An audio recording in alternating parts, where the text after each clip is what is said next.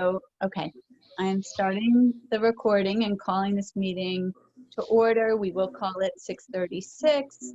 Let me click into the agenda. So the first item on the agenda is to amend if necessary and then accept the agenda. And I would like to propose an amendment to the agenda to add an update from HVA on the culverts near Pond Mountain. Okay. So moved. And where do you want to put that? Other amendments. Connie, where do you want to insert that? Why don't we put it right after public comment? Just we'll whip through this business. That way maybe Yost can get on as well. Does anyone else have any amendments? And if not, I'll entertain a motion to accept the agenda. Melissa, a second. Wendy? Wendy, all in favor? Aye. Aye. Aye. Any opposed? Hearing none, the motion carries. The next item on the agenda is to review, amend if necessary, and then approve the minutes of our last regular meeting, which was on October 21st of 2020. Has everyone had an opportunity to review the minutes? And does anyone Yes. have any amendments to suggest? Nope. Okay, so I'll entertain a motion to accept those minutes. Move to accept the So minutes. moved. Okay. Wendy and Liddy will second. And all in favor, raise their hand, say aye. Aye. Any opposed? Hearing none, that motion also carries. The next item on the agenda is the treasurer's report. Liddy. I sent it around, but if you haven't looked at it, don't worry about it because there are no changes. So Yeah. it's the same as last time. I was looking at the balances in our various categories. I don't really think that it is anything that we need to worry about right at the moment, but just because budgeting is kind of on my mind this week, as we get closer to the budgeting time of year, we should think about whether there are creative ways that we might expend our budget if COVID prevents us from doing Hey, there he is. Yeah, exactly. No, I agree with you. Most of our items, Sorry. expenses are in the spring anyway. Yeah. Lydia, I did forget to send you a receipt or a bill for taking the Green Bank guy out to lunch. Yes, you meant to do that, Wendy, please. I meant to Yes. do that. Yeah, I forgot. Okay, Will send do. it over. I will Okay. submit it. Hello, everybody. Sorry that I'm late. Hi, Not at yes, all. Grace. We are. Did you start the meeting already or not? We did, and we did the really normal, easy stuff that we can fill you in on, or you can just guess. Well, Yost, I'll send you the few sentences of who did the proposal, who did the amendment, who changed it, who proposed it, seconded it. I'll just send you a couple sentences of where we're up to so far. Okay, thanks. That'll get us up through number 4. Next one is public comment.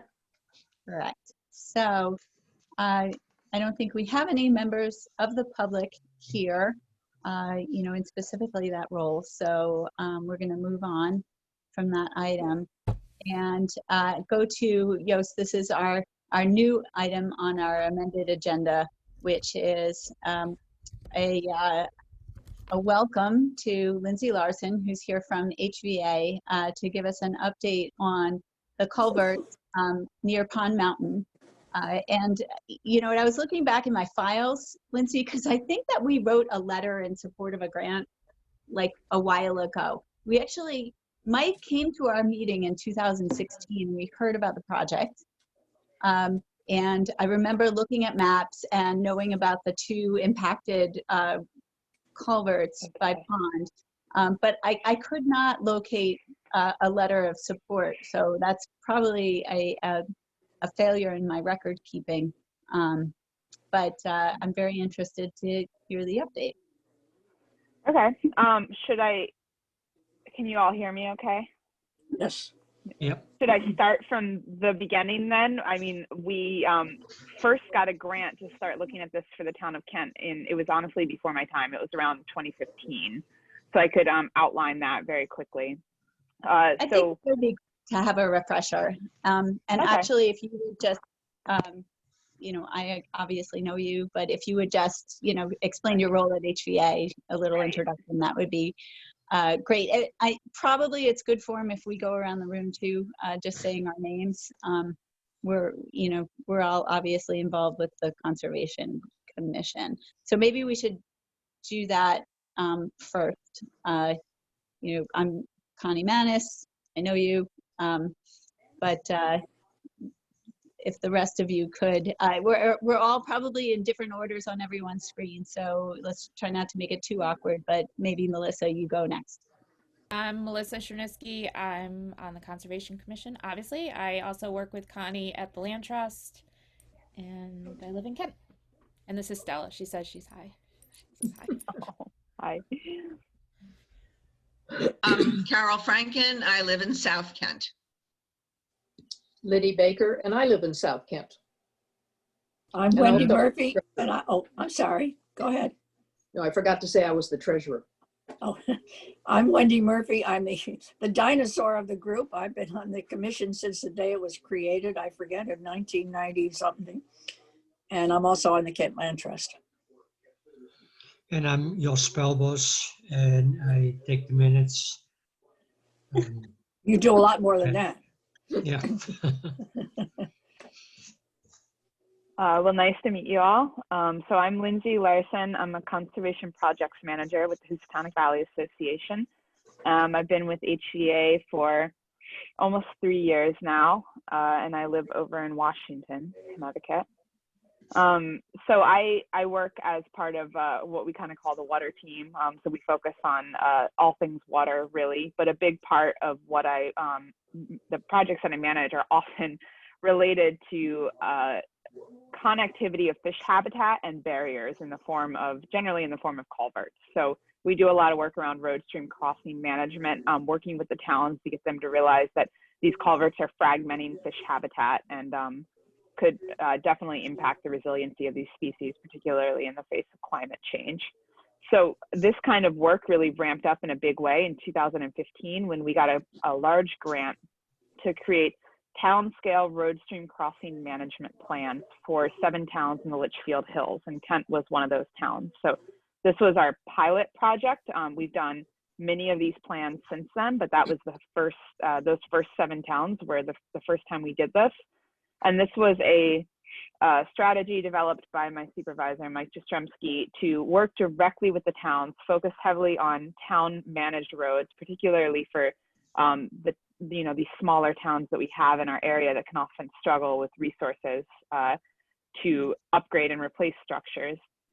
So to work with them, help them create an inventory of all the structures in town and identify ones that are a priority both for conservation reasons, so ones that are currently fragmenting high quality aquatic habitat, and then also a priority basically from the town's perspective. So for maintenance reasons, for example, or ones that flood frequently, or ones that they have beaver issues with.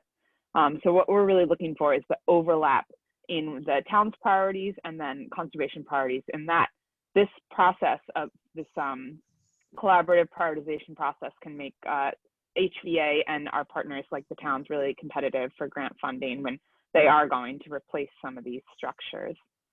So what we did in 2016, 2017 is go into all these towns, including the town of Kent, and conduct assessments of all the culverts and bridges in town, which eventually became this large inventory document that we presented to the town.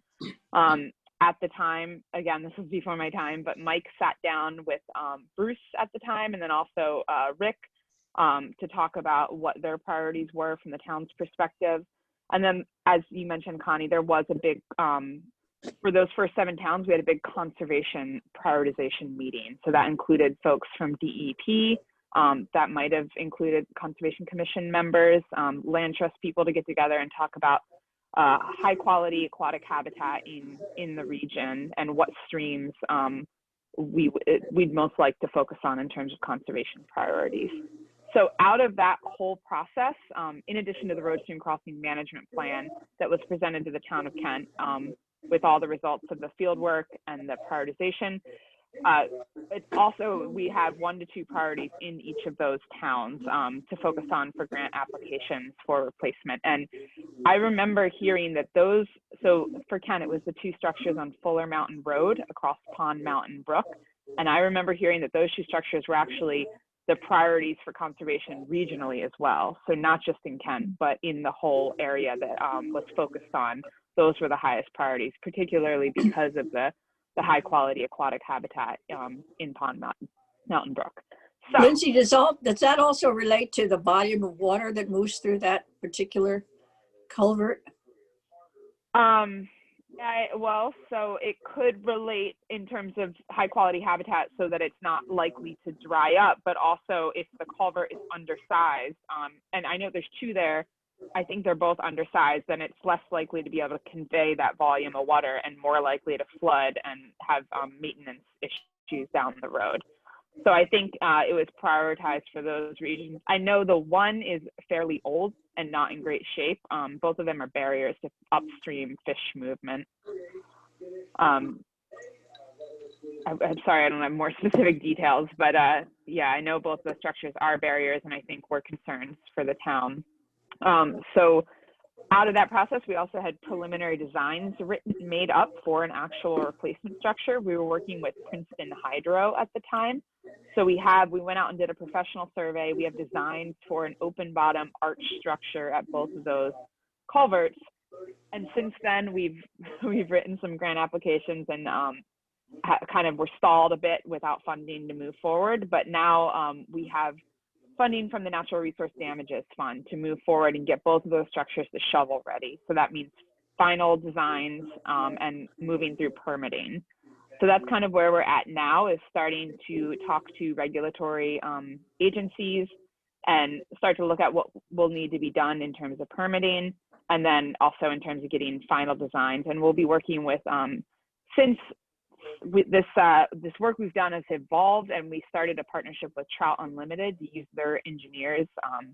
It's cheaper and they have designs that are, the folks over there are really good at thinking about the stream in addition to the structure. So thinking about what is going to work best at these sites based on stream geomorphology. So we'll be working with Trout Unlimited to get those final designs put together and then go through permitting. So something else we're doing that you all might be interested, actually, on December 2nd, we're going to do a mega site tour with some folks from DEP. So we'll be going out with a DEP regulatory person, Sarah Ash, and then also someone from the Inland Fisheries Habitat Conservation and Enhancement Program, and they also tend to comment on permitting through DEP. So these are the people who would probably be looking at our permit applications. So we're going to do site visits at each of our priority structures in Litchfield County. We have 11 now across 8 towns that we're trying to move forward through design development. So at some point we'll be stopping by the Kent structures, possibly late morning.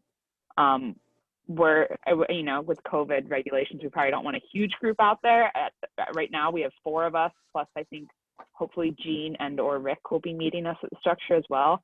And also I invited Donna Hayes, so we'll have a little bit of a group, but that's kind of our first step in getting moving on this, or the most immediate event.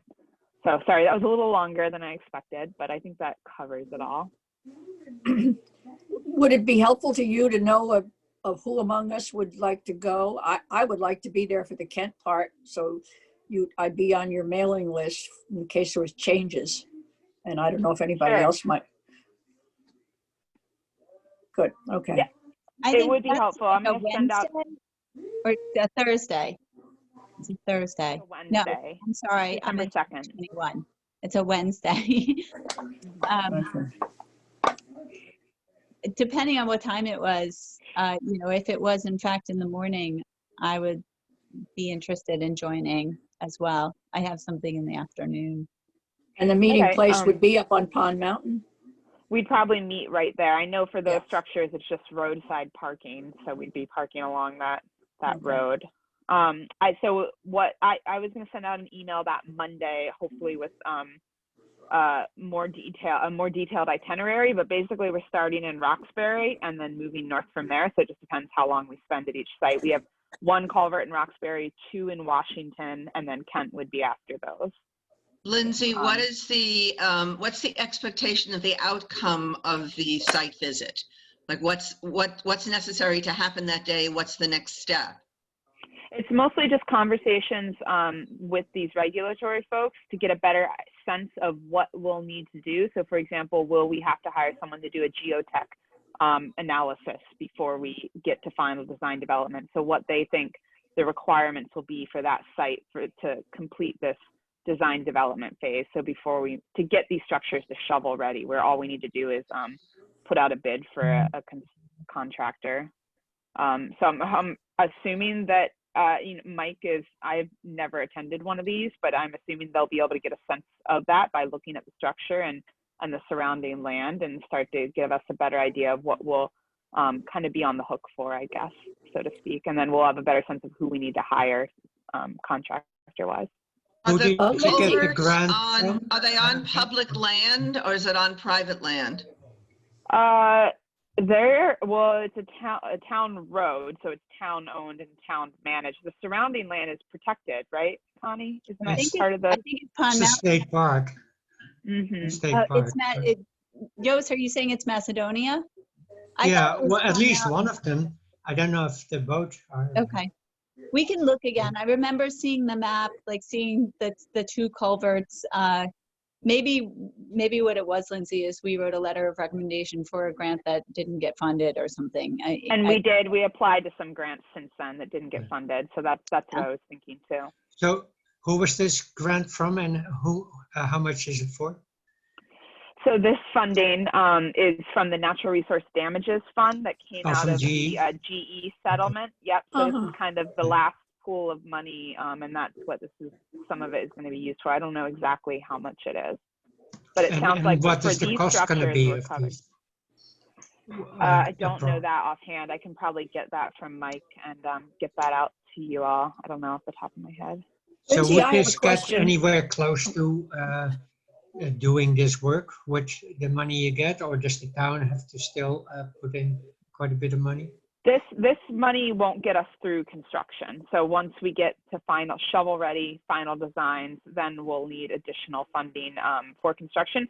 We do have another grant that I can briefly mention where we more recently got this. There might be a little bit of money in that for this, but that grant is specifically to create regional cooperatives among the towns in this area to start to come together on projects like this and put things out in the aggregate. So do things like bulk buying or put 5 projects out to bid at once in the hopes of saving money.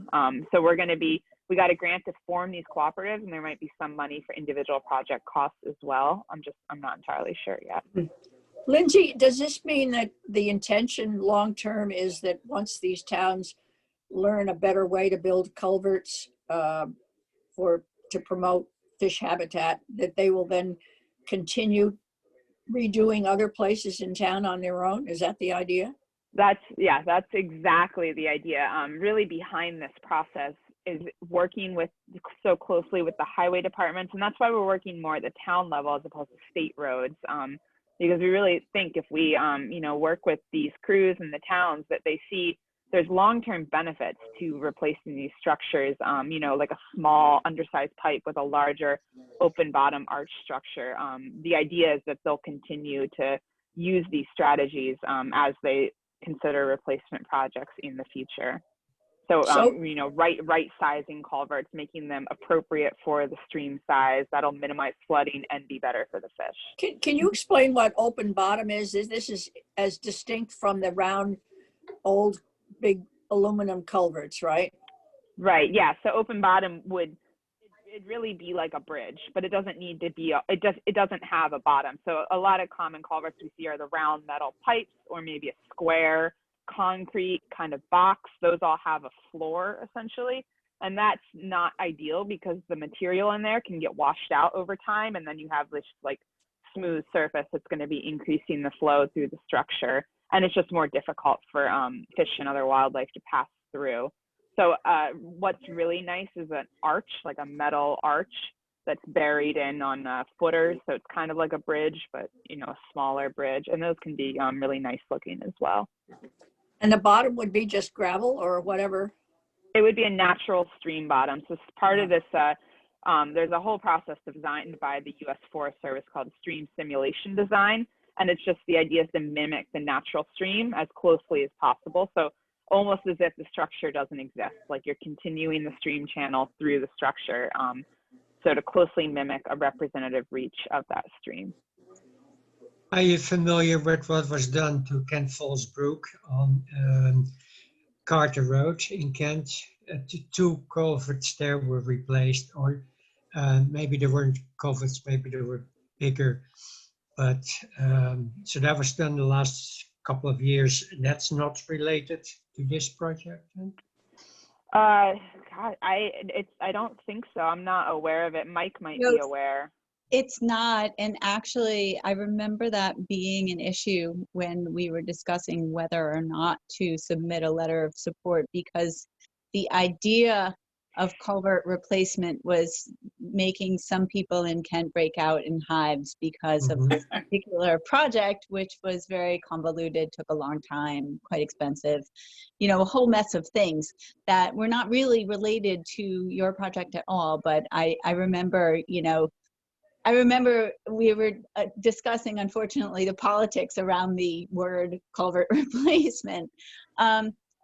So I guess, which kind of brings me to my question, which is, what, if anything, can we do? Like, would you want us to be doing? I mean, this is a great update for us.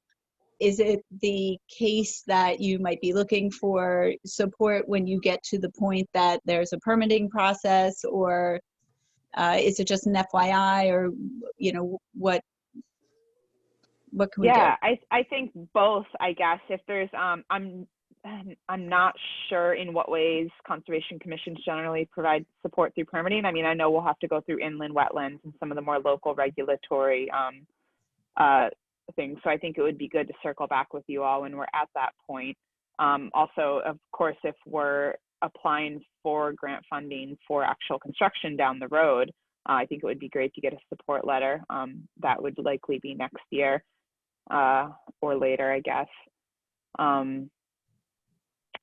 Yeah, sorry, I don't have a more direct answer. I think it was more just a general update, I guess.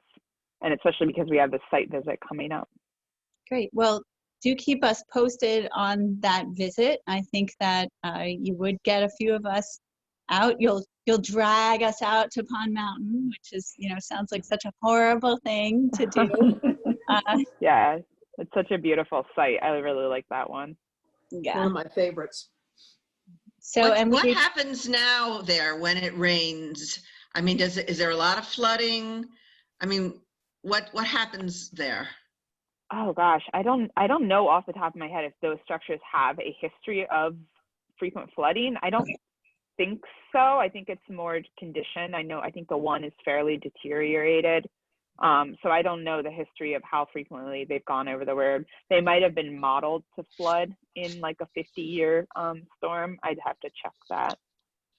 Obviously, I'm sure Rick or the highway guys could certainly answer that very quickly. We should probably out at the site, hopefully they'll be able to tell us that. Can you say something about the other culverts in town, don't we? We have a huge number of culverts. I would guess over 100. Most of these towns we work in have somewhere between 30 for a really small town, but most have around 100 or upwards of 200, depending on the size of the town. It's really, they're everywhere. It's pretty amazing. So, and what was the general condition of most of these culverts, for your purposes? Most of them are pretty old. What do you have? I have the map with all the impaired ones in Kent from the, from back when Mike came and presented to us. It seemed like it was going to take a while to work through all of them. Yeah, I would say just regionally, we've done this now. We have various stages of these projects in like 24 towns across the watershed. So that's Connecticut, Massachusetts, and New York. And so of all the structures we've assessed, we generally have found that about half of culverts are barriers to fish and wildlife movement, so they would be difficult for something to move upstream. It's generally about half. In terms of condition, you know, some of these structures do last a long time, but with these more frequent floods that we're seeing and more intense storms, a lot of them now are seeing volumes of water that they weren't really designed for initially. So that's a big issue. And then there are just a lot of deteriorating ones because, like all of our country's infrastructure, these things are old. Okay, I am about to admit Jean, but I would, unless there are other questions, I would like to move the agenda along just because we have a lot on the rest of the agenda. And actually Jean's timing is really good because I think she is required for some of the remaining agenda items.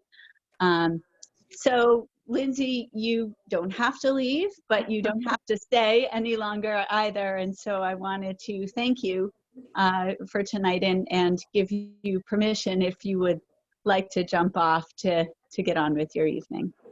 Yeah, thank you all so much for accommodating me. I know I was not on the agenda. It was great to meet you all, and I think I might stay for a little bit and then abruptly leave. I don't know. So maybe I'll hang out for a bit. Thank you. Okay. Good. Great. Thanks.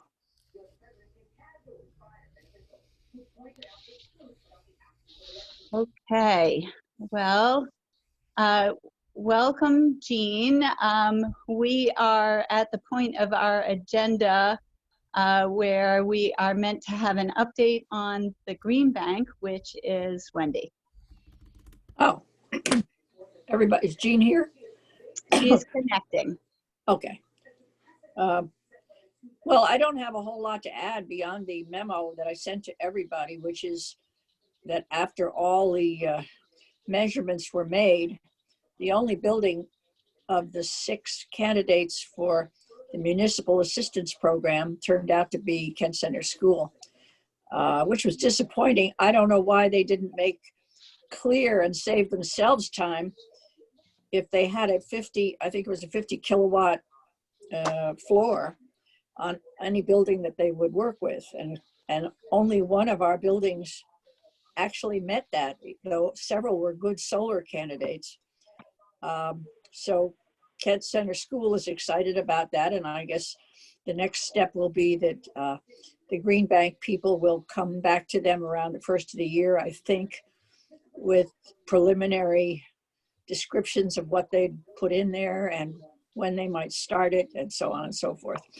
I think the firehouse got sufficiently interested in this idea that they're going to look into other grant sources because their building is perfectly situated to be a solar collector, but because it has that additional building, they're on 2 different accounts with Eversource. So each building had to meet the 50 kilowatt requirement, and the back building didn't even come close. The front building came fairly close. So I hope they're going to, you know, now that they've got a taste of what's potential there, I hope they will pursue that. And we do have all this data that was collected free of charge for each of the buildings. And I am going to get them to give us the fullest report I can so that we have it banked. And, you know, if Town Hall at some point wants to go ahead, we'll know we'll be off to a good start. But I was disappointed, but, you know, if we got one building, that's great. So, Wendy, did you see an article in the Lakeville Journal about Sharon? They're doing No. a similar thing. And Saw that. they seem to, the way they talked about it, they figured that they can do 50 kilowatts minimum for a number of buildings together for the whole town. I don't know how that could be because, well, I'm going to certainly look into that because my understanding is that each account had to come up to the 50 kilowatt. Yeah. But You know, they, in Sharon, they seem to have the understanding that as long as the total for the town is more than 50, they will qualify. that was in the Lakeville Journal this week. The Lakeville Journal of this week. Yeah. It Okay, I'm was, gonna- Wendy, but it was, But is it last week, the 12th? it was clear in the news, in the discussion that, that they realized that the point of this program was not to, enable the town to sell back to the grid, and, that I got the sense that they were at the very exploratory part of this, that they were really, where you were, Oh, okay. whenever you started, May, it was Yeah, like, yeah. it was one of the first times it had come up. So, Well, I'm definitely gonna look into it. yeah, they may find more. Yeah, I was a little bit pissed that they went about it this way. I thought, why didn't they look, because they've had our kilowatt usage. That was part of the first submission. I don't know why they didn't just say to us right then. But they spent a lot of time. They sent guys up here. They did a lot of paperwork. So it's curious, but I'm going to look into that. Thank you. Good. All right. So, But I and just think that, Wendy, you just need to be applauded for starting the whole Yeah, conversation in thank town. you. yeah, And the applause. being, Mhm. Thank you. and in fact, if the firehouse, because of everything you've done, if they continue to go on and build on your stimulus about this, that's also another good thing. So, Yeah, I mean, any one of these buildings could go solar if they were willing to finance it themselves. Or if they can find another source of a grant. I mean, and it's possible town hall. Well, and they can lease do it, right? Um, Yeah, they could lease it just as essentially I have, right? Yeah. So it shouldn't have to cost a lot of money. They can pay over the years through what they save on their bills. and it's also a very nice accomplishment for the Kent Center School because it really lines up with the capital program of their Right. new roof. So it's a really, you have to look at the success here. Yeah. I mean, they thought they could get all the solar panels they needed on the new parts of the roof anyway. So worrying about the age of the other roofs was not really necessary. And we certainly crawled all over that place, all of We us. did, we did. So that's right, Carol, you were there, right? Right. Oh, somebody was there. Who came? I was Somebody- there. I was there, Liddy Mike. was Oh, there. Liddy was there. Yes, that's right. Okay. Now I know how to get there, To the roof or to the school? to the roof. To the roof. Not that you'd really want to, but Okay, I think we're gonna move on in the agenda to 6B, which is our reduce, reuse, and recycling initiatives. I wanted to read you that Lindsay did submit a comment in chat, just excusing herself because she realized that she had to make a phone call. So she thanked us again for letting her provide the culvert update. And I'm sure she will let us know when she has more details about the December 2nd. So the first item under 6B, which I guess is now 7B, is the organics composting initiative. And Jean, welcome. I'm sorry if this is surprising to you. We started our meeting at 6:30 tonight. So we have a winter time 6:30 start time. I'm sorry. Are you in a position to give us an update on the organics initiative? I don't have anything to offer. With the uptick in cases, and I spent the last 6 hours probably on calls with the governor and with our Homeland Security people to stand for multiple reasons, but trying to get this pop-up testing site to happen on Monday. I was hoping to call Jen today. It just didn't happen. This weekend is going to be a really tough weekend as far as what's happening in the state with COVID. So I don't have anything. Jen and I are both extremely motivated to move forward. It does sort of dovetail. I'm looking for the transfer station is the next on the list. It does dovetail into that. I think, so we posted for the manager position yesterday because we got the approval for the job description through the board on Tuesday night.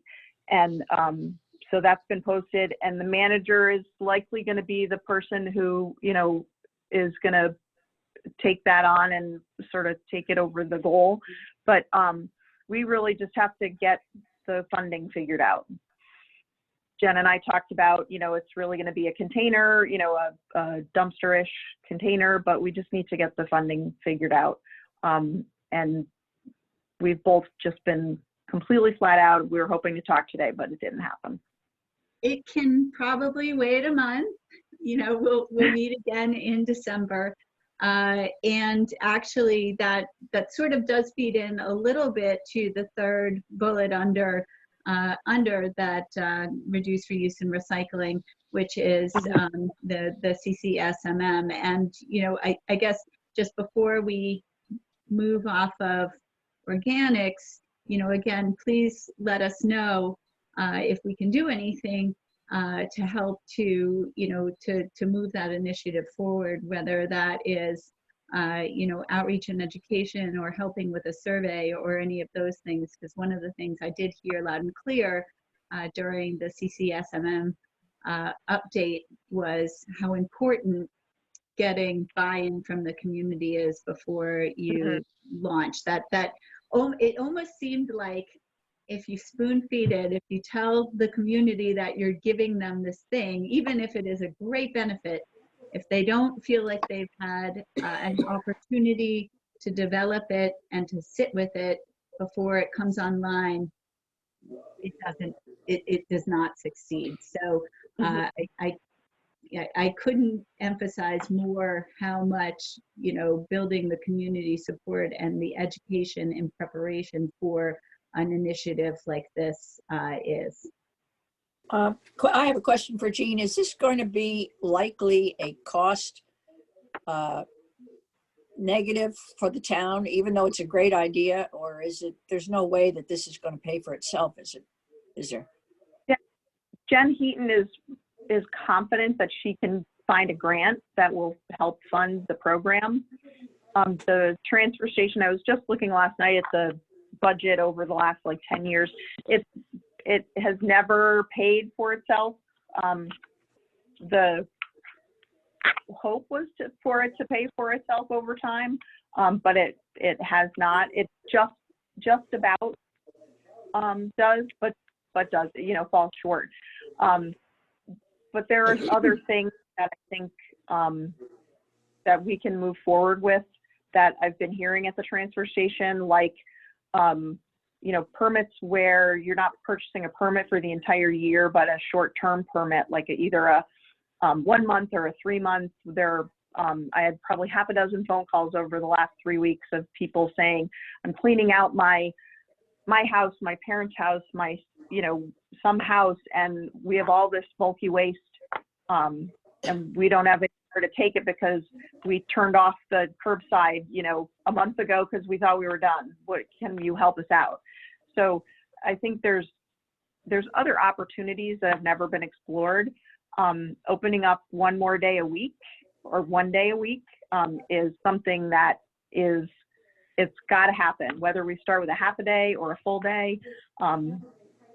There's been so much desire for that. I think that's going to be another way to bring in some more revenue, because the bulky waste has been almost double for the last like 3 or 4 weeks than it has been in previous weeks. So there's more revenue to be found there. But again, it's a public service, so there's this balance of, you don't want it to be a big, the desire shouldn't be, this is going to be a profit making machine. It's more about the service. Well, I was really talking about specifically the organics part. Yeah, well, one of the most compelling argument for the organics recycling is because, Wendy, it is much cheaper to do waste to energy for trash that has organics removed than it is with organics in it. So, I don't know how the numbers play out, but it could in fact be a cost savings for the town of Kent. Because if we're gonna persuade the town, it would be nice to be able to say there was money in that. Yeah. for the town. Yeah, I mean, with like what Connie was saying, with what it does to the municipal solid waste side, we pay by weight. Organics are the heaviest thing. You're also, and then at the point of where it's, the municipal solid waste is burned, you're burning water, essentially. That's what, a large amount of the organic waste is. And it's hard to burn water. It takes more energy to burn water. So ultimately down the line, definitely, I think it's going to be a cost savings. Monetizing that might not be as simple as one might think. So just to loop back, I'm going to turn this radio down. There were some calls today, so we turned it up. Hold on a second. Sure. So did anyone go to the CCSMM update on Monday? No. Before we launch into a summary of it, because Jean was there and I was there, but if anyone else was there, I definitely don't want to do a whole lot of rehash. Okay. It was super interesting, actually. It was almost like, you probably know how enthusiastic I was on the GC3 Council report. It was somewhat like that on the subject of, reducing and dealing with Connecticut's issues around trash management. So, I thought it was really interesting to attend. Like the GC3, the proof will be in the pudding. I think that it's very helpful that Katie Dykes has organized this, because what it does is sort of give it some structure, give all of these different issues that swirl around and are interrelated, like, the shipping and the transportation of waste, and, things like recycling that can impact the cost of that. So it's nice to have that framework.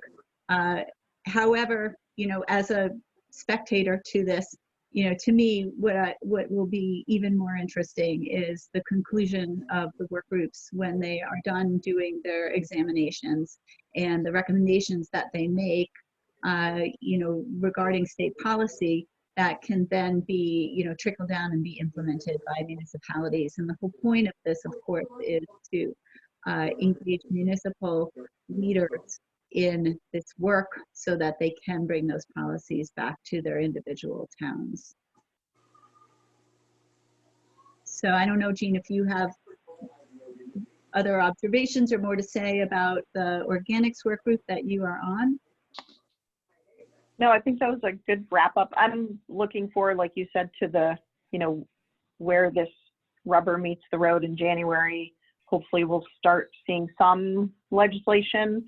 And as that legislation comes through, I think it's going to be really important for the Conservation Commission, for the town, to write those letters, the testimony and the letters of support, and get the word out to move all of this conversation forward into policy. It's been a great process. Great process. I'm very grateful to have been a part of it. I'm glad I sort of swallowed hard and said, all right, we'll commit to this. It's been great. So next on the agenda is the Regional Recycling Task Force. Anyone have an update there? I know they had a meeting last week. I was not one. Yeah, Joyce has been the point in the office for that, and I know that they're working on the annual report. That was, I'm pretty sure, what most of the time was spent on, and also the trying to figure out how to move forward the contest, the annual recycling poster contest. So Jen was working with the task force on how to reimagine that. That was what I overheard in the other room.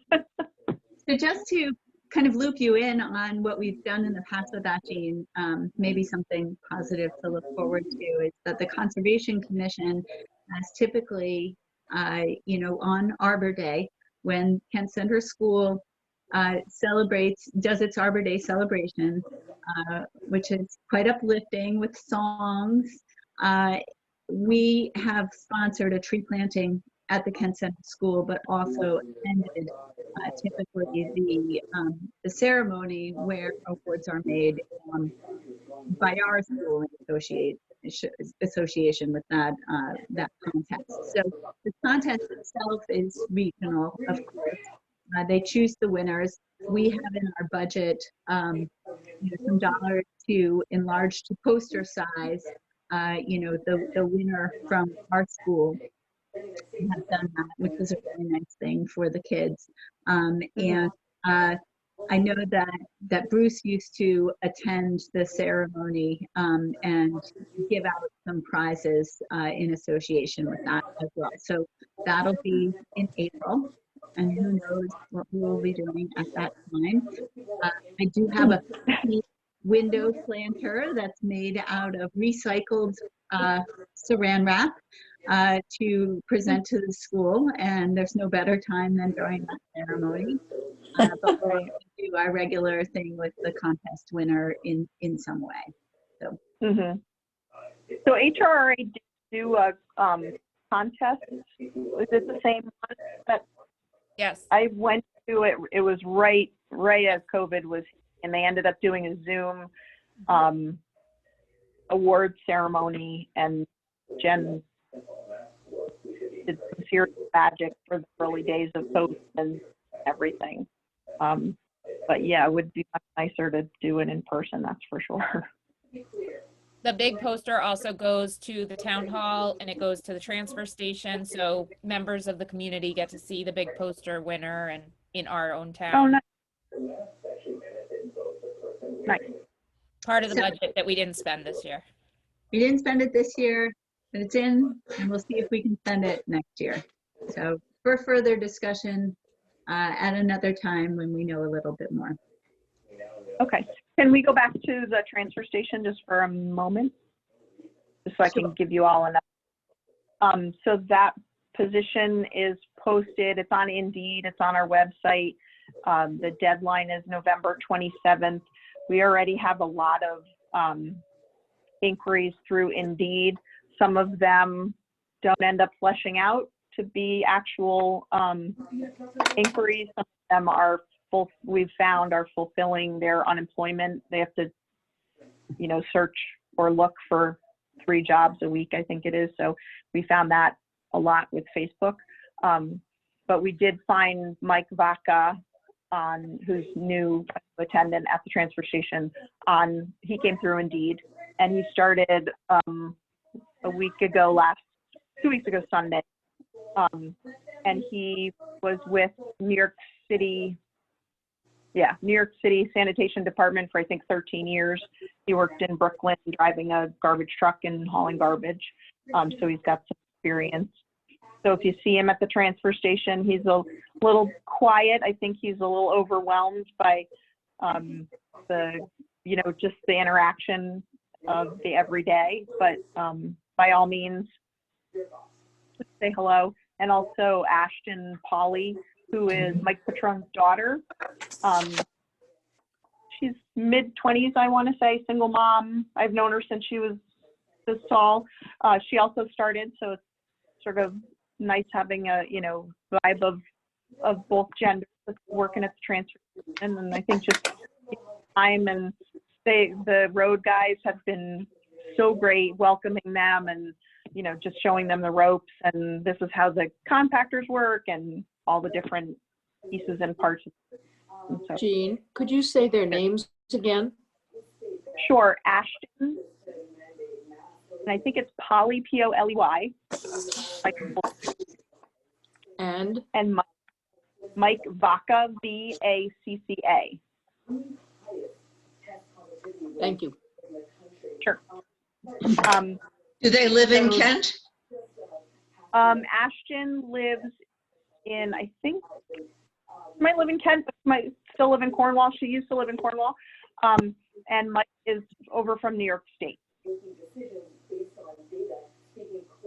So from the 27th, we'll close the job posting, and then we have a process where we score each application, and then based on the score, we filter down and we'll interview a smaller group of folks for the manager position and then do the hire from there. So it'll still be, a couple. Jean, just because I'm out of the loop, how is John Kaminsky? I spoke with Joyce last weekend. He was at Danbury. He's got some medical issues going on. I'm not 100% sure what it is, but he was down there for a few days. I don't know. I'm not sure if he came home or not. Because I see her on the weekends at the transfer station. Right. So yeah. Thank you. Sure.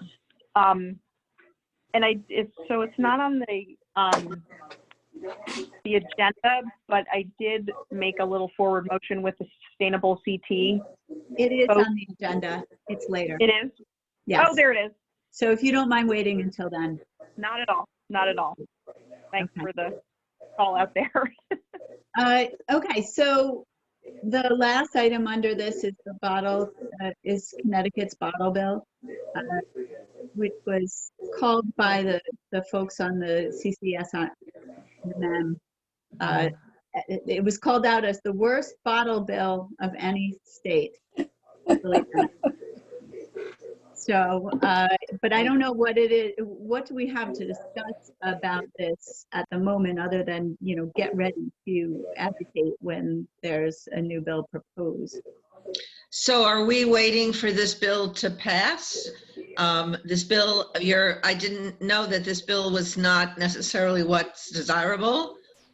No, it's that there is a bottle bill right now. What committee does it come out of? What? What committee does the bottle bill come out of? I'm assuming environment, but I don't know. I mean, I think that the suggested improvements are ready to go. They need to be proposed, and then when it's considered, we'll see whether or not it can pass. But right now, there's nothing going on at the moment. So I just want to clarify, this all has to do with the deposits, to raise the amount of deposits on the bottles. And right now, this bill is just working its way to be voted on. No, there isn't any bill proposed at the moment. there's no committees yet. They haven't assigned the committees since we just had the election. So That link that I sent, that Yeah. was from the Council on Environmental Quality. They wrote a report about the bottle deposits and the bottle bill with a lot of good recommendations. And Right. hopefully that will lead to a good bottle bill. I mean, I put it on the agenda because it's just something we should follow. And I don't think we have enough information tonight to talk about it further, but we want to follow what's happening with it. And Melissa, as you say, eventually it gets proposed as a real bill and gets a number. So the committees are being assigned right now. They haven't fully been assigned. Every legislator puts in their request for 4 to 6 committees, and then the House chair assigns the committees. Once assignments are made, then the committees will meet and discuss which bills, and obviously a bottle bill or numerous bottle bills will come out of committee discussion, and then it'll go through the process. Am I correct? Am I correct in remembering that this was a bill last year, but it didn't get voted in time by the time the legislature ended? Or is that not what happened? That is what happened, but then also we had COVID and we had special sessions, and they had to figure out how to do legislature in this time of pandemic, and they still don't know, and it will still be a very chaotic season come at least January, and I'm sure Right, as there's not even they haven't even published the dates of the 2021 legislative session yet, which is well, they by can't. now. They can't yet because they haven't even taken oath yet. That happens Right. January 5th. Right, but they would have, usually by now, we know when the legislative session is going to start. It's just either a short session or a long session, but there's nothing, I'm looking at the homepage, there's nothing on the website about when session is going to even be open. So Okay. bottle bill wise, let's keep an eye on it. Wait until there's something that, is Okay. proposed. We know that lots of people are watching this. if we can lend our support to it as individuals or as a commission, we certainly will. Well, and I think Okay. it's really cool to think about because, you know, we don't know what committees Maria will be on, but she did request environment again. So, you know, when it gets close, we have her ear and we can, you know, invite her to a meeting or and explain it to us if we want.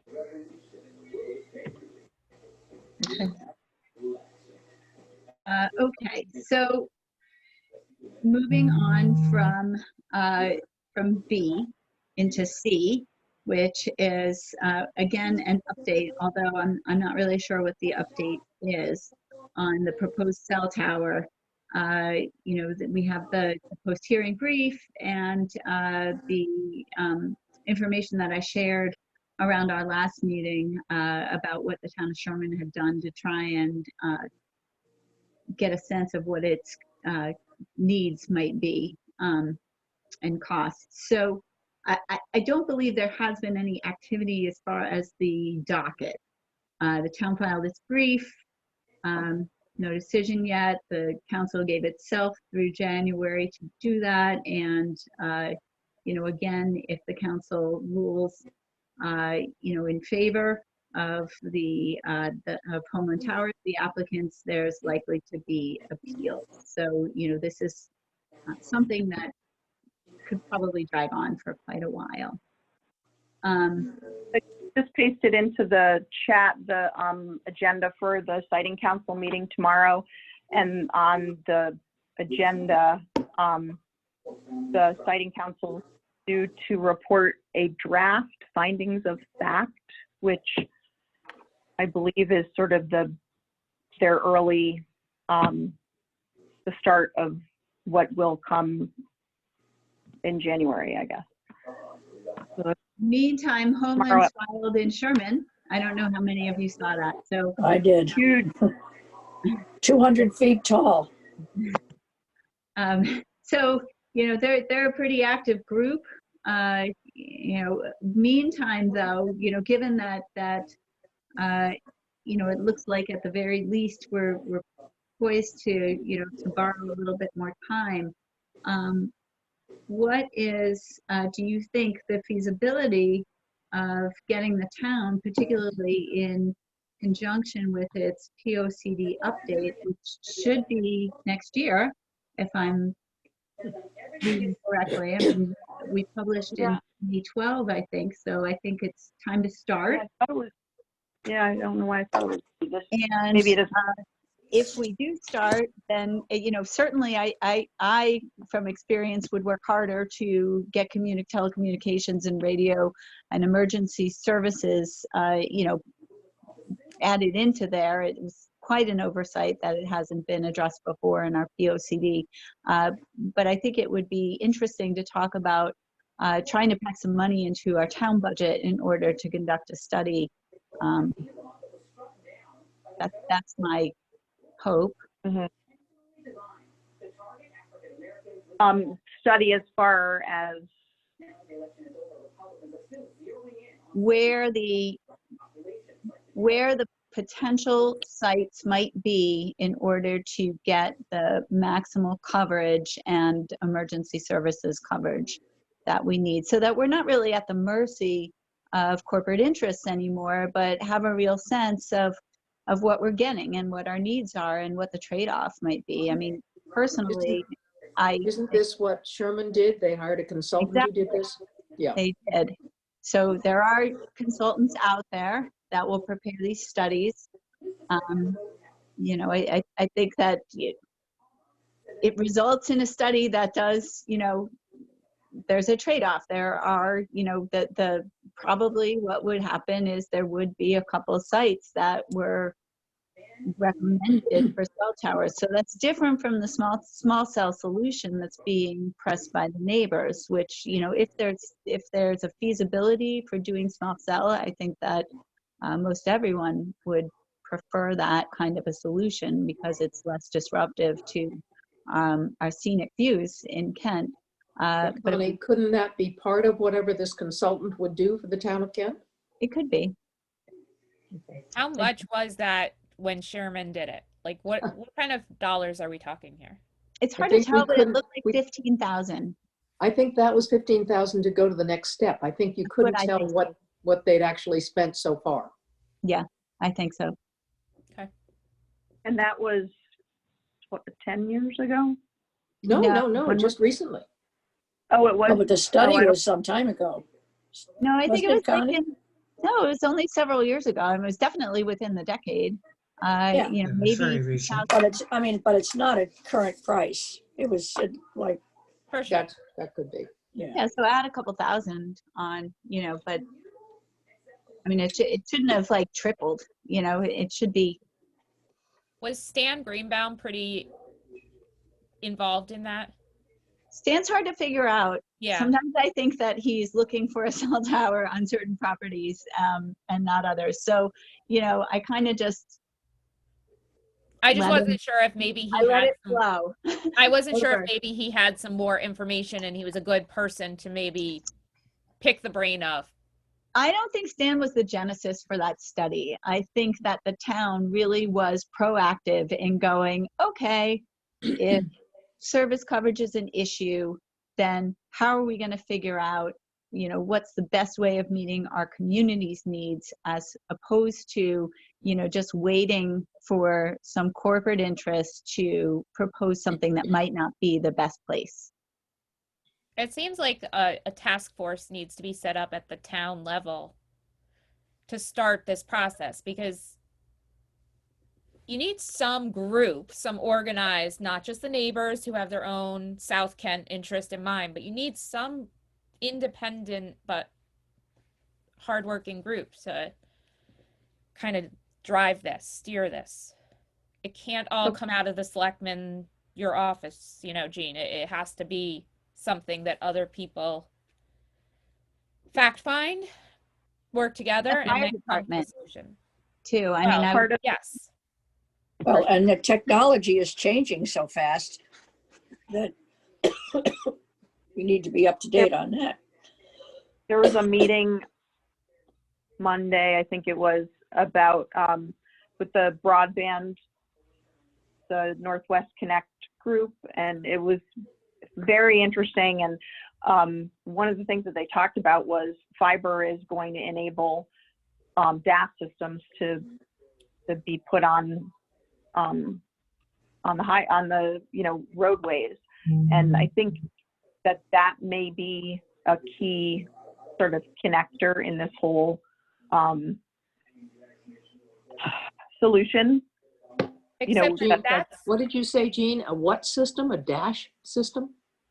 DAS, Fiber the optic. distributed systems, which are those smaller, so it sort of looks like a small transformer. There's one down right across from the Kent School entrance, and it provides cell service, not in the, you know, huge monopole manner. And it's really, it's used more in suburban and urban areas where there's more population density. But for our area, with the geography that we have, it actually is a really good solution, and was part of our argument with the siting council that these DAS systems are a way to get better coverage into a town like ours, where there's all these hills and valleys, where a straight shot tower is going to get you a lot of no coverage in between. How do you When you look spell- at the coverage. How do you spell that dash? And does So it it's- stand for something? Yep, it's an acronym, DAS, for Distributed Antenna System. Mm-hmm. So I thought that was simply for Wi-Fi connectivity. And I mean, Yeah. that, in talking to Jill and Megan, who lead that group, that was the impression I got, that they're not so much concerned about cell. They're actually trying to get Wi-Fi, and they're not Charter, they're Xfinity and Comcast. Right, They it would do be a to, lot of places. 70% of Yep. Sharon. yeah, it would create, basically we'd be creating a utility. But the question was asked on this Monday call, could could the fiber be used to connect the DAS systems? And they were like, yeah, absolutely. So in doing that broadband project, which I'm hoping in the next month to pull together, if anybody knows people who want to be on a broadband advisory group, I have a couple of names. It makes sense to do it all at one time instead of one group for cell, one group for broadband. If we're going to be able to, if we can create one system that will support both modalities, then There's I a would think separate Cornwall group too. So Sharon has their own group, which is the Northwest Connect, and then there's a separate Cornwall group also working. I right, did and Northwest, forward- and they've encouraged every town, part of that white paper is that they want every town to have a broadband advisory group. My point is that instead of creating a task force for cell coverage in Kent, why not task out this broadband advisory group with both of those modalities? Because if we can use the broadband fiber to also sort of piggyback cell service on, then I would think it would make sense to have one I totally one agree. group. Totally agree. I was just pointing out that was the Cornwall and the Sharon are having their conversation is a little backwards from ours, is my point. And Jill and I had talked about that last week even. So I did share the information about those meetings that are happening in Sharon with one of the neighbors groups. I know that they are interested, but at the same time, they're probably really motivated right now and have access to their expert with all of the information about how those small cell systems can be put into place. So, who knows if any of them will emerge to serve on your task force, Jean, but that might be a good place to look because they're well funded and they're motivated right now. That's a great Well, idea. you don't want to duplicate efforts. If they're already doing some of it, it will backfill and in both directions. So you need to capitalize on.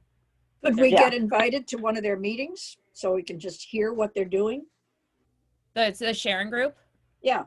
I got invited last week and I was the one that sent it to Connie. And she sent it to Todd. Yeah, I didn't think to send it to everyone because I didn't really see it as a function of Conservation Commission yet. So you can go on and sign up for the updates is my point.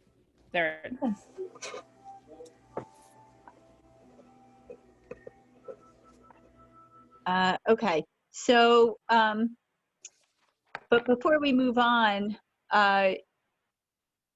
Jean, as the town is putting its budget together, if you need any help in terms of some support for a line item, not to come out of Conservation Commission, because I agree with Melissa, it's not really the function of the commission itself to be setting up the telecommunications and the all of the emergency communications. We were more of a defender in this particular situation, but if you need people to advocate for a line item that might be a larger than normal line item to do a study, we'd be all over it. Okay. Okay, so moving on, the Western Clean Air Action Association, is there any update? Well, we had to send all of our instruments back for replacement of certain sensors. That was expected, but they're now back and operating. And we're really waiting on the University of Connecticut people to produce a report after a year has gone by. So we hope early in 2021, they will have some kind of a comparison, but it's a very quiet time now. There's not a lot of news coming out of any of this. We just need to get the full picture, and then we'll have something to say. And this kind of gives us a baseline, right, Wendy? Well, that certainly was the intention. I mean, we had lots of months of testing before they went online, and then we have been testing every month since. And there are just so many factors that come into this, wind patterns and chemical changes and so on. It really would never have been possible for any of us amateurs to read these devices. So we're very pleased to have some top-notch technicians studying our results. I also just wanted to add that the recalibrations were due. I mean, we were expecting them to happen from the time that we first bought the monitors were first purchased. This was the time that they needed to be done. So they were all really taken offline for, took about 2-3 weeks. And we had tremendous support from DEP in getting that all accomplished. What about ongoing maintenance costs? You know, are you running into those costs? Because we only did a single budget, and I can't remember how we left it with respect Well, to yeah, ongoing. there is a replacement costs on certain of the sensors. It's annual. We haven't quite figured that out, except the costs are not so large that if this project is worthwhile at all, that it wouldn't be worth it to the towns. I don't know. What, remember, Carol, what did we come up Well, with so a number? far the individual towns have absorbed that cost. In terms of Kent, I'm not sure where we left off. I mean, the one at Kent School is in a different category because that didn't have to be recalibrated. Right. Yeah. I think we just figured that we would come to the towns with the bill once a year or something, but we don't really know what it is yet. It's not going to be huge. That's not a very satisfactory answer, but it's the It's best I just can. something that's been Did you hear discussed. that, It's though? not, we know that exists, and we have different, I think each town is dealing with it differently. Yeah. So. Okay, so next on the agenda is the Sustainable CT. And Jean, you had an update for us there. Yeah, I was just looking at the conservation budget to see if I could figure out, and I can't, where We don't the, have it in our budget. We Yeah. made a one-time, so we had a one-time for the purchase of the equipment because that we felt it might have been difficult to pass through regular channels. So we sort of we put it there.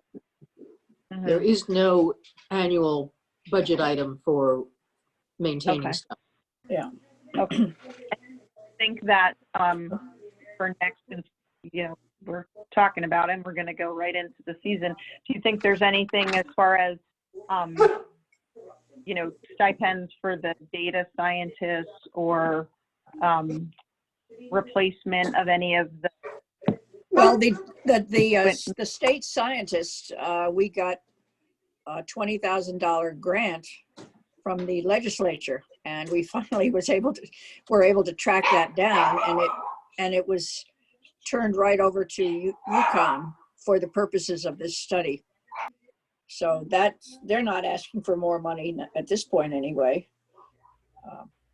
So we're basically covered. I mean, we'll, you know, maybe a couple $100 for replacement sensors. I'm not sure. just something to consider. So can I do a screen share? Sure. Maybe. Let me I'll see try. if I can try it, and then if it doesn't work, then I'll make you a co-host, and then you can do that. Oh, looks like it's going to work. Awesome. So I had a call with, I think her name is Lynn from Sustainable CT the other day, and we had a good long conversation about sort of, I was feeling just like I didn't know where to go from in order to get this off the ground and headed forward. So she said, first thing that you want to do is pass a resolution.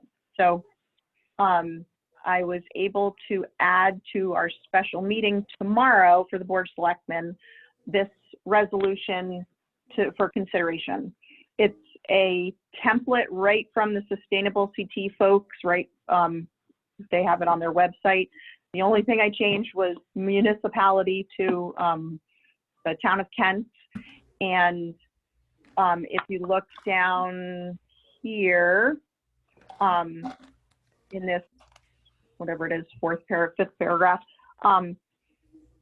it revises the role of the Kent Conservation Commission to serve as the Kent Sustainability Team. And really all that means is that the board isn't assigning yet another team to work on the sustainable CT project, that you guys would be the folks helping work on it, because it doesn't make sense to create another group to to work on the project. Well, I mean, I that is surprising. I think to our group, when we've talked about sustainable CT, we're largely supportive of it as an idea. You know, for more than 2 years, we've discussed the fact that our commission itself does not have the bandwidth to do this or the desire to do it on its own. The last time that we discussed this, Jean, you know, when you first came to our meeting, you told us that you were going to convene a team. I always anticipated that we would send a member and receive updates and certainly be supportive, especially where, you know, we had firsthand knowledge of some of the things that we've done in order to qualify. But I mean, I open it to the rest of the commission to opine on this, but I certainly would not want to commit us to being the sustainability team. Okay. I'm sorry. And this is a draft for exactly that reason. And after my conversation with Lynn and investing a little bit more time in, you know, she really was very, the whole concept is it's a very long-term concept that it started to come forward to me that would be something that the commission could take on if they wanted to. So that's why I took that option in the draft. But if you truly separate, I'm sorry. yeah, there's so Committee or- many social and economic issues involved. We would and love to municipal work on issues it that with it an concerns the whole town. interdisciplinary team, but we can't take command of it, charge of it, and that's expressly why we haven't. I mean, had we thought we had the bandwidth to do this, we would have jumped in 2 years ago, but we don't. Okay, so I can change it so that the town of Kent's Board of Selectmen creates a Kent Sustainability Team. Do you think this is the right time to be passing this when you don't have the team in line yet? Yeah, the first thing we have to do is pass this resolution. We can't even register to enroll in the program without this. So we have to do this very first. But will you have people to work on it, I guess is my question. You know, I think that, I don't know. I mean, I understand this is the first step in the process, and, you know, I applaud the forward movement.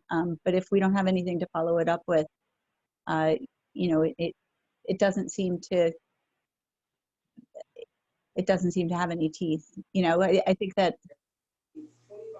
Well, if you have heard from some people who are interested in joining such a team, if you can distribute the Sustainable Connecticut program to more people who you think might be interested, including people from Chamber of Commerce and from Town Hall, and see who wants to join, and then go further with this when there's actually some people who may join, and one of us will probably join too. I think there is some chicken and egg to it, but the other, I agree with Yost. I think that if I can start doing the outreach and the ask to people in town and have the past resolution in hand, I think it will bring a little bit more credibility that here's this thing that the Board of Selectmen is standing behind.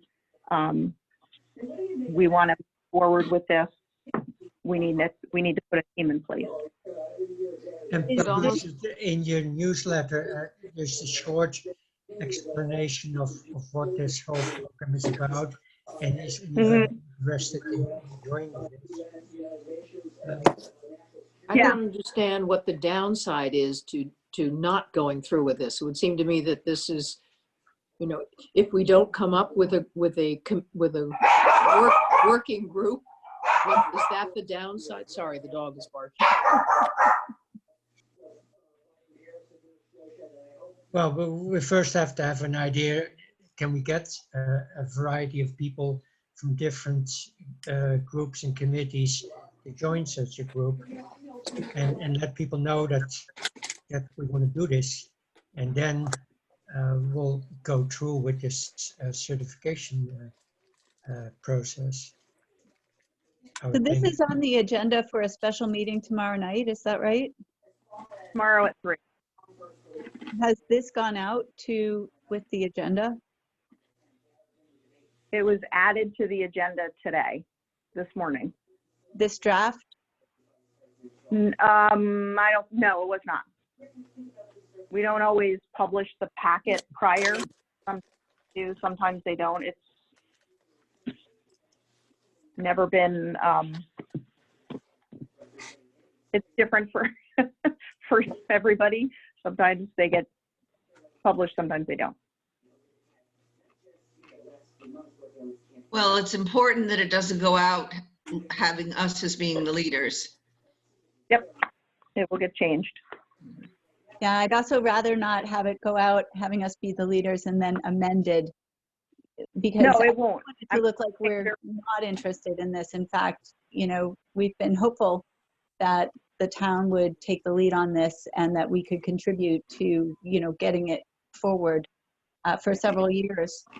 I don't know that the town is going to know much about it. And so, you know, again, you know, just my point of coming with a resolution first before the groundwork of getting a committee is just that, you know, there may be questions about, you know, whether or not this is worth doing and what the cost would be and what the inputs would be in the process and all of that. So, Have you reached out to Cornwall since they've already done this part?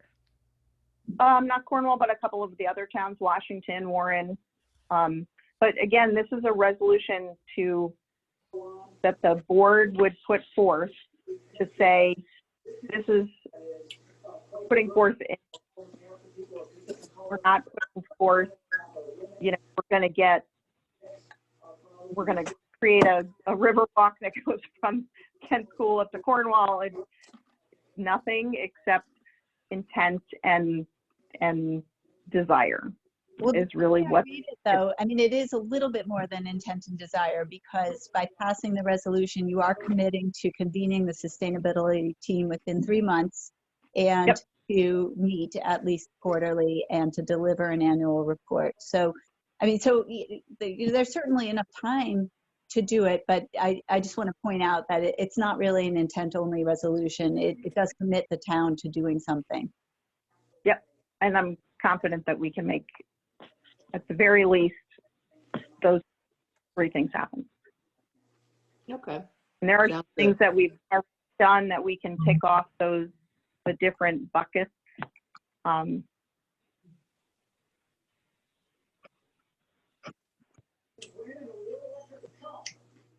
Sounds good to me. How to change this wording. Okay.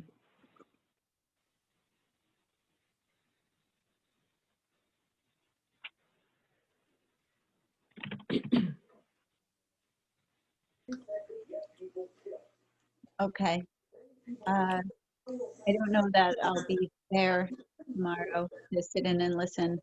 I have a Zoom at 3. So even if I come in, I might be a little fried. If anyone else has the ability to sit in, that would be great. And we'll put it on our agenda for an update in December. And I'll change, I'm going to go back and, because they had the alternate wording, so I'll fix it so that's the correct alternate wording that doesn't pinhole the commission. I'm sorry if, you know, this, Okay. you know, it comes as a shock. Nope, that's It would be great to have a little bit more notice in the future, because we do have an interest in this. We had already decided many times that we were going to lead the process. Mhm. Can you stop sharing? And we'll go back to our agenda. Thank you. So, okay, so the next is the Kent Trails Hiker's Guide. Okay. Connie, thank you for getting back to me about that. We've got the changes done to the combined map, and that I've asked Darlene to post that. So it will no longer have a parking area by the Kent Mountain Preserve. We can incorporate the other changes to maps 13 and 12, no problem. You change the colors too? The colors of the No, trails? all of the trails are red, but they have a little letter on them that says what color they are when you're walking on them. So no, we cannot change the color of the marked trail on the map. Mhm. It would be crazy. Anyway, Okay. and the map maker objected. Mhm. The However, aesthetics of the maps are very important. Connie, the one thing that you suggested though was that the text that you have on the Kent Land Trust website, if we were to put that into the book, it would change the pagination. Oh, okay, let's not do that. Want to do that? So that would be an expensive change. So Yeah. I think, Can you do anything fancy like shrinking the font or widening the margins on one page? I'm like, you know, this is grant writing, you know, right. tips and tricks. I don't want it to look out of step with the rest of the book at all. Let Wendy and me look at that and see what we can squeeze in there. We could also put more on the map itself that might say a little bit more about what you're talking about. But I'll have to get the map maker to put that on. And you updated Weontonog to NCLC? That's Connie another kind of huge suggested chore. not to bother because there's that we'd have to redo the whole book for that. I thought Well, on just this one map, it wouldn't be that big a deal. It wouldn't be on that map, but what's the consistency? Other places say Weontonog and other places, I mean, I think you need to be consistent when you make the change. I'm not Can't even you just in sure. the forward add the explanation that Weontonog is now called this and leave it on the maps? Well, in the insert that I put into the books that we did sell, I said that Weontonog had a new name.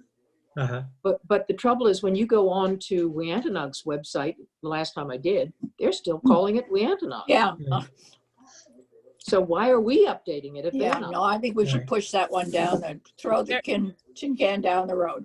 They're Yeah, I not, though. Wait, they're not. Their website says, it says NCLC on their website. They're But on, Yeah, on but their on maps- the maps? and their I maps know, but I'm still have certain their they're getting logo. there. I mean, They Oh, I'm will sure get they there. are, but until they finish getting there, we shouldn't leap through Right. hoops. And when 'Cause we you have to when you get reproduce there the to entire replace map. those, you can do KLT's new logo at the same time. But you know, that certainly isn't pressing either, especially given that you know there's no name change and the shape of the logo is. yeah, that one I didn't bother me. The Weontonog one I feel like could happen, but it's okay, fine. I think that the simplest thing is just to replace the two maps, 12 and 13, because the double one, the 12-13 one is already up on the, I hope, I sent it to Darlene. I hope it's up on the website. But it will, if it isn't, it will be soon. So the only thing we have to do for the book is just produce those 2 pages. And Wendy, if we can figure out what to do to the text on the 1 page and fit in Okay. something, and then, or figure out what John needs to put on the map. So Wendy, I I'd think like, you and I, I'd like not to ask him to cram more stuff on the map if possible. well, I'd like to, not to, but on the other hand, on the Kent Mountain, he has to take off the reference to parking. Now, maybe there he could say something about what the Connie's extra paragraph says, which is basically take care of the landowners and go park on the edge of the circle. Just see, I mean, whatever it is, you know, we have closed the parking space. You know, we keep hoping that these changes are going to alleviate the pressure on the landowner. If you can't fit it, certainly, you know, it's not worth changing the pagination, not worth making it look weird, not worth cluttering up the map if that's what it's going to do. So do whatever makes the most sense. How does the landowner feel? Does he feel that his concerns are being taken seriously? Oh, He yeah. does. He feels listened to. The problem is that, you know, some of these very active Facebook hiking groups, you know, glommed onto that trail. So, you know, it's like years ago when Land Trust started doing more programming, there was like this joke that we all had that we would schedule programs but hope nobody really came, which is like so ridiculous and funny at the same time. You know, I think that we've learned from this recent groundswell of interest in hiking that, you know, there's a lot more to thinking about how to site a trail and its parking. And, you know, it's a happy problem to have, except for the fact that, you know, we did run into issues where somebody was uncomfortable and unsatisfied with the parking. So, you know, we'll have to fix it. Okay, but we'll go ahead and work on Hiking that. and trailhead. Yeah. But on map 12, just write a long note, parking, for parking, use map 13. Well, that's what I'm thinking, that I'll take that, the text that Connie suggested and modify it and perhaps put it on, right on the map. Yeah. But the other thing is that the printer has the entire map and text in the form of a PDF. We need to be able to change 3 pages of it, 2 maps and a text. I have a request to them to be sure that they can do that for us. Otherwise, we have to go back to our designer, and I'd rather not do that if we can avoid it. Have So you that's tried converting the PDF to Word? Does it work that way, or is it one of those? It doesn't work for me, Connie. I don't know if I just don't have that on my machine or what, but no, I'm You not just able need- to do that. If you have Acrobat DC, the Acrobat Pro. I you can- probably don't. I don't. I have Acrobat, but Yeah. not Acrobat Pro. If you It's want to not send me the like- file, I can remove pages and very easily, literally takes 2 seconds, and I can pretty easily update text. It should not take but maybe a half an hour. Jean, what I'm going to do is hope that the printer can do that. But if Yeah. he can't, Yep. absolutely, I'll come to you. Absolutely. That'd be great. Because it's a simple change. It's 3 pages. That's it. Completely simple. Okay. So update coming forward next time. But we do want to print 40 of them, but you all are saying we ought to print more because of, I would just like to, Jean, who's the president of the chamber now? Hiram, and I think they want to put it in some bags, right? Yeah, so I got the message through the greenhouse about that.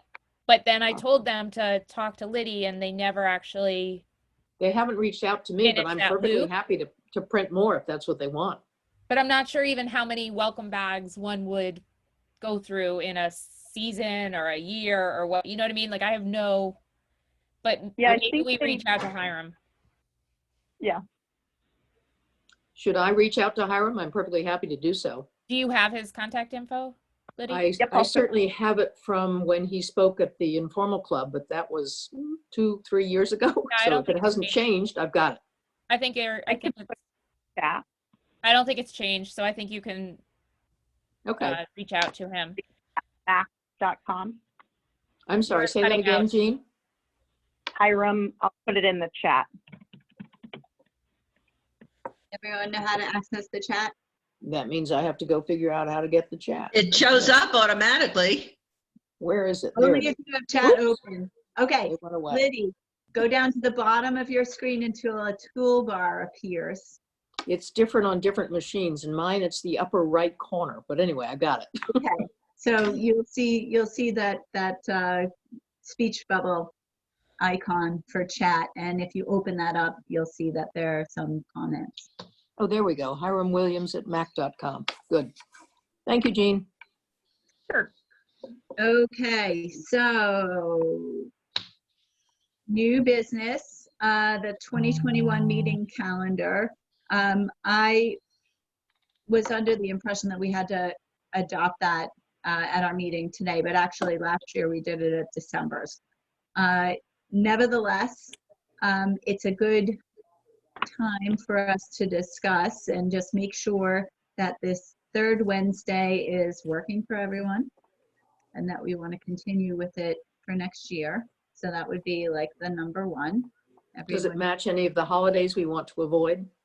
The only one is in September, the third Wednesday coincides with Yom Kippur. So Carol, help me up here. If we move it to so I think it's September 15th is the third Correct. Wednesday. If we move it to the 8th, which is the week before, that is the end of Rosh Hashanah. So Rosh Hashanah begins on the 6th.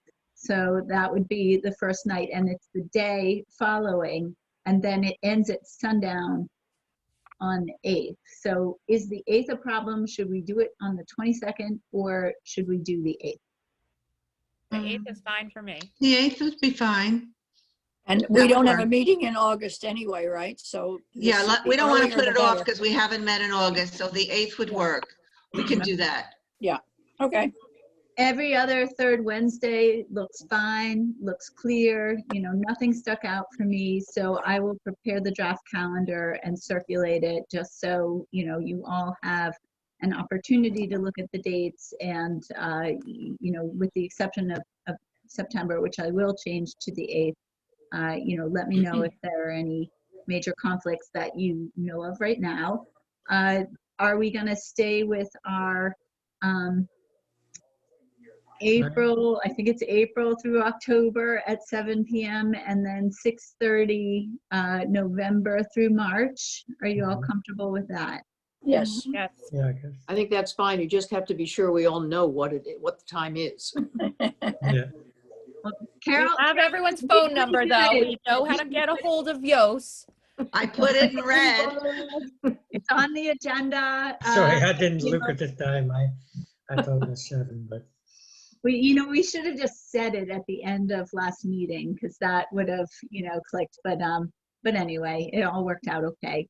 And Jean, I have sent you, this time around, when I sent out the meeting notice to the commission, I copied you, and I will continue to do that. Thanks. and Okay. does Jean also get the minutes automatically? Do you send them? Yes, because when I copy her on the meeting notice, the agenda and the minutes are all attached. But I also, I always have to send Darlene, and she always responds right away that she files, and she takes care of the minutes and does all that. But my purpose of sending it to Jean was just so that she would see the agenda in advance. And also I was hoping she would see that in red it said 6:30. We don't always look. We try. We try. I appreciate it.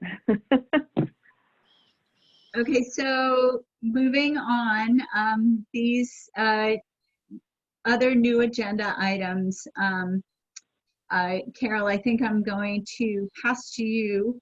They are the concepts of how the recent election results influence our planning and also how virus data influences our planning.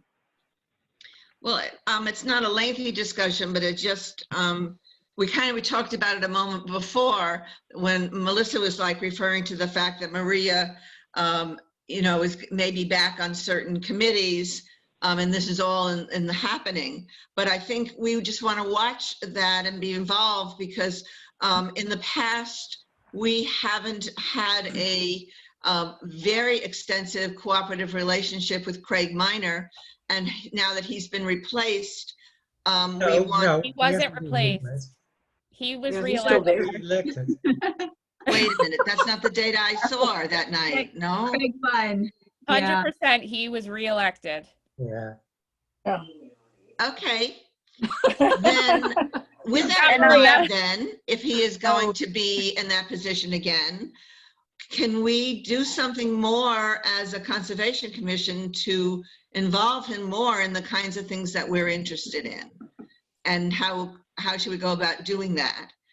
And also, again, just none of this, as Melissa, you were explaining before, that until the legislation is set up, until people are on committees, then we don't really know who to approach about what. Maria's always been in total communication with us, so there's no issue there in terms of reaching out to her. I don't know why I got the wrong data about the Wishful authority. thinking, maybe. Yeah, it was wishful I thinking, mean, Carol. Craig Minor ran on a very environmentally active campaign, so maybe he will be more approachable. Well, maybe we can approach him based on what he has said, although we can't approach him on what he's done in the past, unfortunately. Yeah, But I there's only think- so much I'm willing to say on the recorded meeting. I'd be happy to talk offline in a situation where we are not having a meeting. Okay, but I guess there's my point never of a putting this on the downside. agenda, my point of putting this on the agenda is as we're looking at all new changes, we should keep in mind of who we want to reach out and have communication with on particular issues and just in general about what our mission is. I mean, that's really what my statement is. Yeah, I think that totally agree. There's no downside to communicating with your legislative representatives about the issues that matter to you. In fact, that's the way it's meant to work. So we should look for those opportunities when there are ways that our representatives can help to, push an agenda, such as the bottle bill. So, yeah. Well, that's what we were talking about before, when Melissa, you brought it up, that maybe we could invite Maria once to come to part of a meeting. I mean, I think we just want to make sure that we keep that whole avenue really open as something that we want to spend time on. And then the next item in terms of the virus is just in terms of our thinking about thinking ahead to the spring and the litter cleanup and what's going to be possible. And we really don't know right now. We can't plan about a lot of things because so many things are up in the air. But a lot of the things that we're interested in are very much affected by what's going on. And even going back to the recycled cans on Main Street and what's happening with that. I mean, there's a lot of things that, again, if anyone else hasn't had any thoughts about how, we're all doing things differently. We have new normals in every way, and we have some new normals for what we do in terms of our work, so. Yeah, it's I very think hard we to plan. definitely have to figure out how to do the town cleanup in a safe way, regardless of where we're at with the pandemic. I commend Jennifer for figuring it out, and some of the other towns. There's a way we can do it in our small family groups, and we should do that. And we should, I know Liddy did it a little later and did it differently, but we can do it in our same outreach size that we normally do. We just, now that we're a little more used to how this virus is spread and whatnot, it was too early then. We didn't know, but now that we do know, I think that we can't town looks miserable. I don't think it'll be a problem. I think Yeah. People did it on their own anyway, and they The brought the town stuff to the itself- transfer station and. I mean, not a the problem. side of the town roads is one thing, but actually physically around town hall, around the parking lots, around there's a lot of mess out there that is just didn't get cleaned up, and no one's paying attention, and there's gloves and there's masks and there's. Well, that's sort of what I wanted to bring up tonight. I mean, usually we don't really start planning the dates and everything till January, but I just wanted to get a sense of that we want to go ahead with a lot of things that we do. And as Melissa is saying correctly, we're just going to have to figure out another way to do it. And if there are things that we can't do, we'll have to drop it. I mean, we'll see. But Maybe we do the towns throughout Kent, but not in the hamlet. Who knows? We'll figure it out. I mean, this is one thing that we are good at. So we should do it. And I think that a lot of people find satisfaction in the organized, cleanup drive. So yes. But now Arbor Day and all that will depend on what's going on in the school. But we don't have to decide that now either. We don't. I mean, if but they had Carol, to we did decide Arbor it Day. today, we would be zooming in because But they we are did not. Arbor Day. No, We not, actually knocked Arbor Day out of the park. We gave a tree to every single kid at Right. Kent Center School. We Oh. knocked Arbor Oh, Day out of right, the right, park. right. So we Okay. didn't not do it. We actually did it. So And we we may adapted have to really think well. about the money to do it that way but whatever. I mean, whatever it is, we'll figure it out, but it doesn't mean that we can't do it, but it's going to change things. I think that we have to have that attitude that we still can do it. We just have Right. to figure out the way to do it. And now that we've sat for 8+ months on this, we Right. know that there's a way to do everything. We just need to figure it out. I agree. Yeah. But I just put it down so that we can just really verbalize that. Connie missed that she never wished us a happy America Recycles Day. I didn't. I was just thinking about America Recycles Day. Yeah, that came and went. I It was on wondering the why Connie didn't 15th. bring donuts. I was really, I was having a craving for frozen donuts out of Wendy's freezer. I have to admit it. I was wishing I know. that I was together with all of you at the transfer station. I'm sorry to That's tell you dumb. that my dog found those donuts and they're gone. We did, however, wish all of our friends and followers on Facebook a happy American Recycles Day. So we accomplished it. Very good. But Wendy, I'm glad they're gone. Yes, so am I. So am I. Yeah, may there be a better opportunity to celebrate recycling in 2021.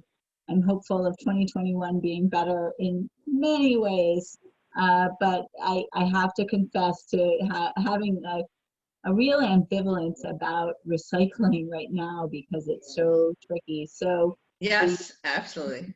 that the idea of organics is really appealing to me Yes. because that does sound like it's less complicated to figure out than some of the other materials, and so I'm looking forward to maybe doing more on that, and maybe by next November we'll know if we can feel really great about separating glass or championing, your plastic water bottle for recycling, or if we're just going to go forward with like the whole reduce message. But I was thinking of you guys on the 15th, and I was thinking about that today. Thank you, Melissa, No problem. I got your back. for queuing me up there. Really. Keep you honest. That sounds like an adjournment speech, actually. I think we have reached the end of our agenda. Yay. Under 2 Yay. hours, which we aim to please. We will One meet quick- again in December. I have one quick thing that is just it just popped up in my head when you were talking about Arbor Day and trees. There's a pin oak that was planted as you leave the rear entrance of the town hall on the left of the sidewalk. Oh, And right. it had, I'm sorry? I've been working on what- that. I've been working on that through the Historical Society for a couple of years now. The Emily Hobson tree. Yeah. Wendy and I have So it's- also been working on that. A pin oak will not survive there. Right, and it fell down. Well, it came down in a storm. Completely Where is it? gone. Rick has the marker, but I didn't know, is that something, so that's the Historical Society that I would like want? I would like the marker to go up to the Historical Society, and then I want to price out a tree, a pin oak tree, and then potentially have some of Cougar funds pay for it eventually, to replace Okay. it. And I think that we should probably put it up at the Historical Society, since we don't quite know what Swift House is going to be at any given time until I think it'll be very well loved up at the Historical Society, and I think that if Rick can give that plaque to Marge Smith, that would be great. Yeah, we can definitely get that up to her. Thank you. And hopefully the tree will survive up there as opposed to around Town Hall. Yeah, and that was the second pin oak that was in that place. No, Pin oak It is might not have good actually, there. it might actually been the third. It's true. Oh. I mean, yeah, it's true. And that's why Bruce was like, it will never survive there. It's all the wrong conditions. It's not a great tree, unfortunately. We should never have written pin oak on the actual plaque. But yeah, Give ourselves some leeway to, you know, sub in a different tree. totally. But someone put engraved on the plaque, pin oak. And everyone, well, it was in Favorite connection with tree. the personality of Emily. I know, and we're not even sure if it's actually true that it was her favorite tree, but it's written on the plaque, so we're gonna go with it. So eventually I would like to come to the commission and discuss using some Kuga funds to pay for a new pin oak up there. Melissa, can we be sure that the pin oak will survive if it's up there? Absolutely. Yeah, I mean, yes. Marge will not let Emily's tree go a third time, fourth time, whatever. Very good. Okay. By the way, another Arbor Day tree, an elm at the sports fields at Kent Center broke. This was a while ago at one of the storms that split apart. So we lost the tree there that we planted.